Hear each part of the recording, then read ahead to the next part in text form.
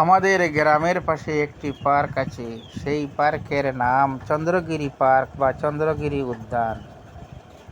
আমি যখন ছোট ছিলাম তখন সেই পার্কের নির্মাণ কার্য চলছিল। তখন আমি গিয়েছিলাম সেই নির্মাণ কার্য দেখার জন্য। পার্ক যখন পরিপূর্ণ হলো তখন আর আমার যাওয়া হলো না।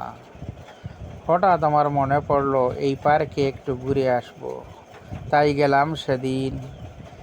এই পার্কে ঘুরলাম, বসলাম, চারিদিকে দেখলাম। সত্যিই খুব সুন্দর পার্ক এবং মনোমুগ্ধকর পরিবেশ।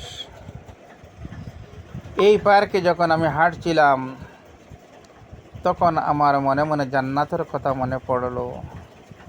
কারণ আসমান জমিনের যত আরাম আয়েশ আছে, আল্লাহ রব্বুল ইজ্জত যে জান্নাত তৈরি করেছেন সেটার দ্বারে কাছেও যেতে পারবে না কোনো আরাম আয়েশ।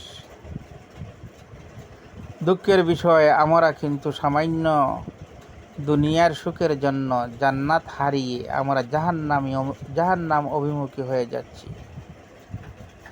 আল্লাহর নবী সাল্লাল্লাহু আলাইহি সাল্লাম এই জান্নাতের বর্ণনা দিতে গিয়ে বলেছিলেন যে আল্লাহ জান্নাতে এমন অপরন্ত নিয়ামত রেখেছেন যা কোনো কর্ণ শ্রবণ করেনি, কোনো চক্ষু দর্শন করেনি।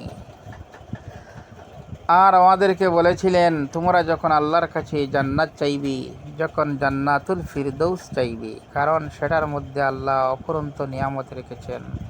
কোরআনে এই জান্নাতুল ফিরদৌস সম্পর্কে আল্লাহ বলেন, ইন্নাল্লাযীনা আমানু ওয়া আমিলুস সলিহাতি কানাত লাহুম জান্নাতু ফিরদাউসি নুজুলা খালিদিনা ফিহা লা ইয়াবগুনা আনহা হিওয়ালা।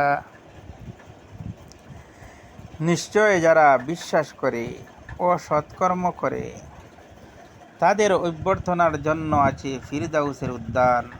সেটায় তারা স্থায়ী হবে। এর পরিবর্তে তারা অন্য স্থানে স্থানান্তরিত হওয়া কামনা করে না। এই জান্নাতের মধ্যে আল্লাহ রব্বুল ইজ্জত জান্নাতি মানুষদের জন্য অনেক হুর রেখেছেন, গিলমাল রেখেছেন। এই জান্নাতে যারা প্রবেশ করবে তারা চিরস্থায়ী থাকবে, আর কখনো তারা দুনিয়াতে আসবে না, আর দুনিয়াতে আসারও তারা মন চাইবে না। আমরা কিন্তু এই জান্নাতকে বিশ্বাস করছি না। অনেকে অবহেলা করছি। অনেকে খায়েশাতে নফসানির জন্য এই জান্নাতকে হারিয়ে